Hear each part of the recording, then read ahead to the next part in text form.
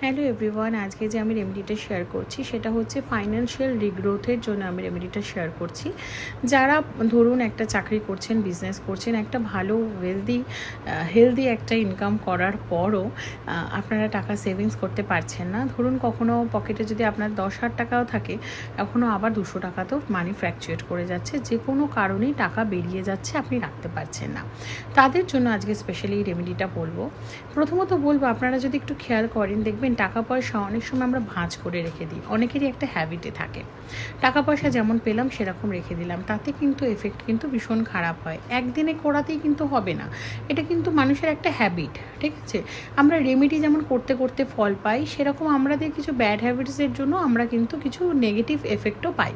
তো সেটার জন্য আমাদের যেটা করতে হবে, টাকা টান টান করে রাখতে হবে। দরকার পড়লে তাতে পারফিউম স্প্রে করে রাখুন, দেখবেন আপনি মজাটাই দেখবেন। এখানে ভেনাস ইনহ্যান্স হয় এবং সেখানে টাকার ফ্লোয়িংটা আরও বেশি বেড়ে যায়।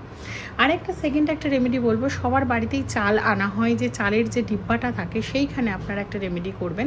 একটা লাল কাপড়ে একটা হলুদ, মানে একদম শুকনো হলুদ, এক টাকার একটা কয়েন, এবং তাতে সুইং কথাটা লিখবেন, নিজের প্রবলেমের কথাটা লিখবেন, আর একটা সুপুরি দেবেন। এই যে 5টা জিনিসকে আপনারা ভালো করে সেটাতে গিট্টি দিয়ে আপনারা সেটা চালের বস্তার মধ্যে রেখে দিন। আপনার নিজের ম্যানিফেস্ট করে সেটাকে গিট্টি দিয়ে আপনারা চালের বস্তাতে রেখে দিন।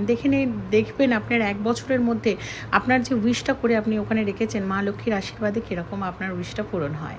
ঠিক আছে, এটা একটা ব্যাপার গেল। আর সেকেন্ড হচ্ছে, যেখানে আপনি খুচরো পয়সা রাখেন সেখানে 3টে এলাচ রেখে দিন। মা লক্ষ্মীকে স্মরণ করে রাখবেন, দেখবেন এলাচ রাখলে কিন্তু আপনার মা লক্ষ্মী কিন্তু অনেক বেশি প্রসন্ন হবে। আর অবশ্যই যেটা আমি বলবো, যে শুক্রবার করে যদি সম্ভব হয় তাহলে অবশ্যই আপনারা চিনি ছাড়া